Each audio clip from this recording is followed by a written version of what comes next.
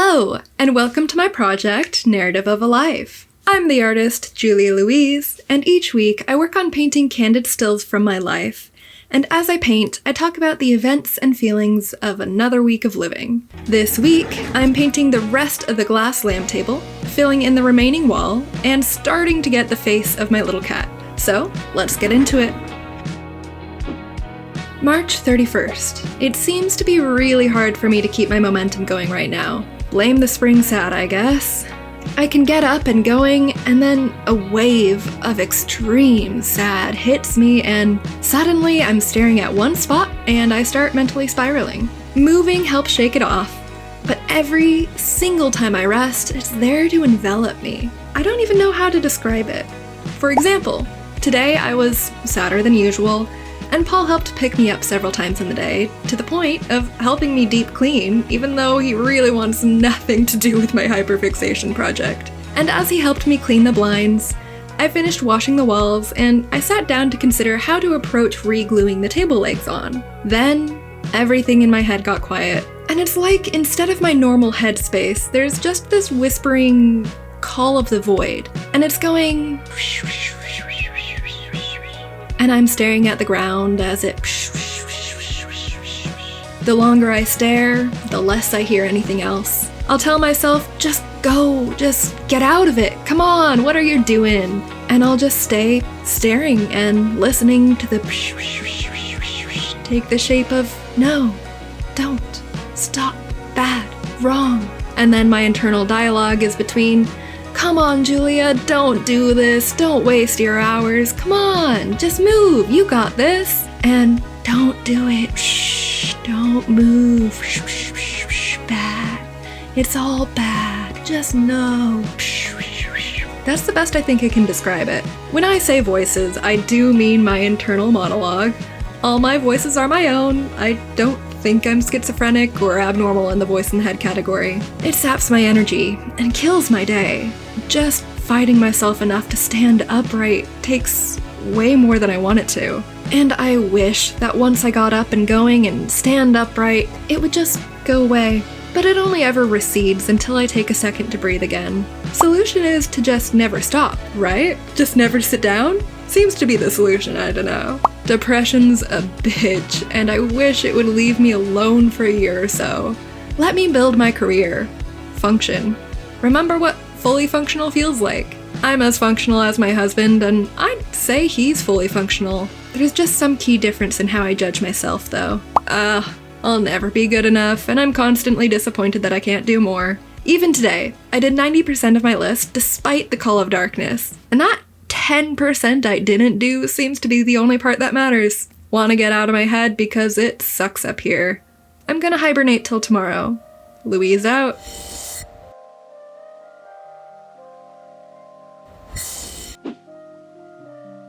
April 1st. Tomorrow is my birthday!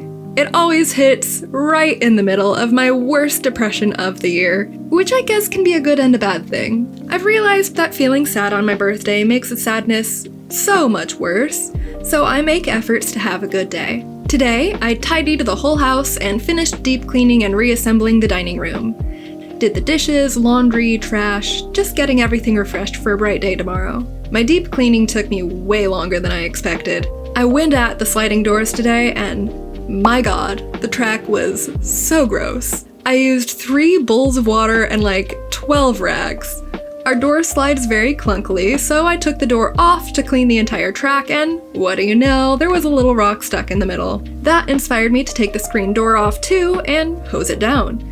Reinstalling that was tricky. Apparently it was installed backwards, and if I want to change that, I have to reinstall the lock system too. So I put it back on backwards. All day, Schuyler was trying to dash outside and I kept shooing her away, but the last thing I did was refill the catnip in her scratchers. Well, I had Paul refill the catnip in the scratchers, and she got very baked on the nip. Just a sleepy little sweetie. I'm trying to rearrange the rooms for maximum openness and minimal stuff. My donate pile is getting very big, and I'm very happy about it. Re-gluing the dining room table legs went flawlessly. Now they're all perfectly level. The addition I'm doing to my log table is still to be determined. The bottom panels don't sit flat to the ground. so my plan was to give it some more epoxy to fill in that space, but the epoxy isn't setting up, and I'm very scared at what a mess this will be if it doesn't harden. Hopefully, it just needs way more time. I ended my day making a cheesecake with Paul, one of the recipes that I adapted for our 3-tiered wedding cheesecake. This one is the key lime. It does bring me back to all the cheesecakes I made when we were engaged. I tried and combined a lot of recipes, which was hard because, of course, I was also dieting to fit my wedding dress, like a stereotypical bitch. Lots of cheesecake, nowhere to fit it in my body. Lots of watching everyone else eat cheesecake in envy. Ah, the good old days. Nostalgia is a funny thing, but I'm off to bed because I'm excited for tomorrow. Louise out.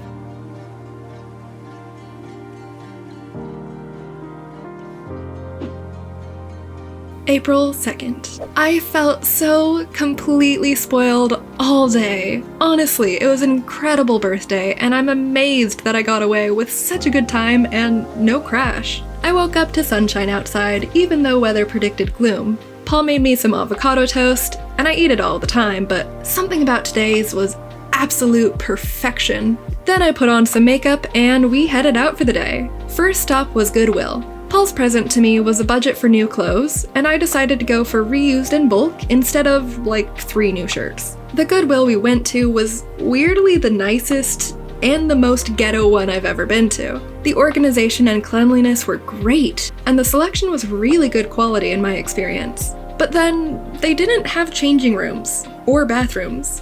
They had a floor-length mirror right over by the checkout and front door. So, if you wanted to try on a shirt, I did. I had to strip to my bra in a corner of the men's section with direct eye contact potential for every cashier and everyone who moved through the front door. I tried on the pants over my skinny jeans to surprising success. And I actually wasn't in a top with a bra, so I actually had to finesse that on and off without flashing the public.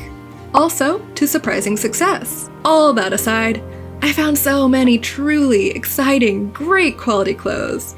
I can't wait to wear cute stuff again. I haven't really bought new clothes since the pandemic, aside from occasional needs. For the most part, I've been patching and resewing and painting my same clothes and spending the money elsewhere. I can't say what a total refresh this feels like. All new things, and they're all so bright and colorful and flattering. I can't wait to wear them. After that, we got a big ol' free birthday coffee from Starbucks. We chatted with the guy working about the sun that came out of nowhere, and he drew birthday balloons on my cup. Then we drove way out of the way to go whale watching. I cross-referenced 3 Facebook groups and an app to predict where to go, and when we got to the beach, we immediately saw whales. It was a whole pod of 10 orcas mid-hunt. We could only really see it with binoculars, so Paul and I took turns. But they were splashing and spouting and slapping their tails and fins and even semi-breaching. It was insane. After they calmed down and we didn't see anything for a bit, Paul went back to the car to grab a blanket. I watched for a while, then put the binoculars down and reached for my water bottle. That's exactly when the entire watching group gasped in unison. I snapped to look and could make out a huge splash. 3 people started talking about that amazing breach they just saw. One watcher said it was the best breach she'd ever seen, and she watches regularly. And that's when I decided to gaslight myself into remembering having seen it. Paul came back and asked what all the noise was about, and I caught him up. Luckily, I knew the Facebook group would have caught it from several angles, and I'll include those here. Here's what I saw, basically, but if we all collectively agree, I think I really saw more like this, or this. That aside, it was just absolutely lucky as hell to see everything we did see. Again, I felt spoiled. Paul and I wandered around the beach as the sun set, then when the traffic died down, we started back home. First stop we made was a Dutch Bros, where I got my second free coffee of the day, a large birthday cake milkshake kind of coffee.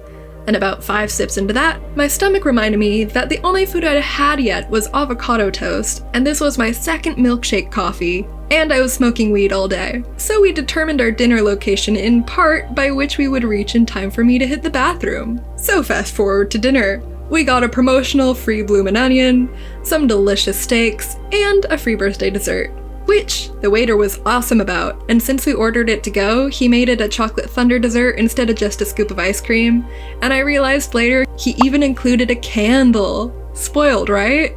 I also got showered in gifts from all my parents, some beautiful books, and a new microphone, woohoo! And money for art supplies. Paul played a game of dodgeball, kind of, with me, throw burrito to be exact, and that was a blast. And then I just stayed up watching YouTube and finishing my wine. A well-rounded and fantastically fortunate day. Good way to ring in 27. Louise out.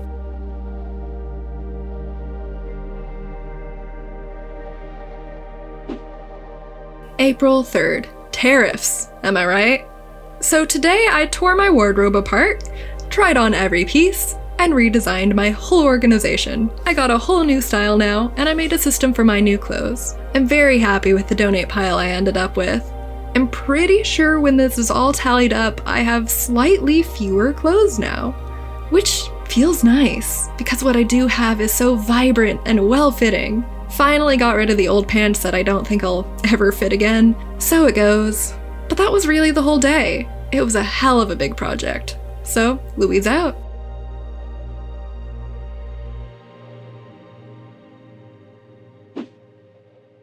April 4th. Oh my goodness, I just got showered in positive feedback today. I don't know what to do with myself. It started with the gym. One of our climbing friends has started watching my videos, and she greeted me with a bunch of really genuine and specific compliments that I'm going to remember. I've been generally getting good feedback about my videos when I've asked my friends, and I feel really good about the direction I'm going here. I also really love seeing our climbing friend. She's great at hyping you up to climb your best. Today, though, Paul and I climbed like we've been skipping the gym a lot. I was able to scrape by my entire weights routine, and I increased all the reps just before our semi-break, so I'll be sore as fuck tomorrow. But worth it, probably. I also taught a class tonight, and the class was quiet, but I got a lot of really sincere compliments about my teaching and my art there too. I've noticed a couple people take business cards, and that gives me immense joy. I'm considering painting outside as kind of a networking or promotional type thing. I'd have to get an easel and practice in my backyard how to paint outdoors and in a day. It'll be kind of a different painting style than I've been doing lately. But I want cheaper work, and this is one way to make things affordable. If it only takes me a day or two, I can get more done. The ones that take me a quarter of a year are the expensive ones. But I digress. I'd love to branch out and try live outdoor painting. Today was such a positive, rewarding day. I'm excited to keep going and gain more traction with this narrative of a life project I'm doing here. These paintings, these videos, I know there's something really good, genuine, and resonant with this. I'm excited for the potential. But for today, Louise out.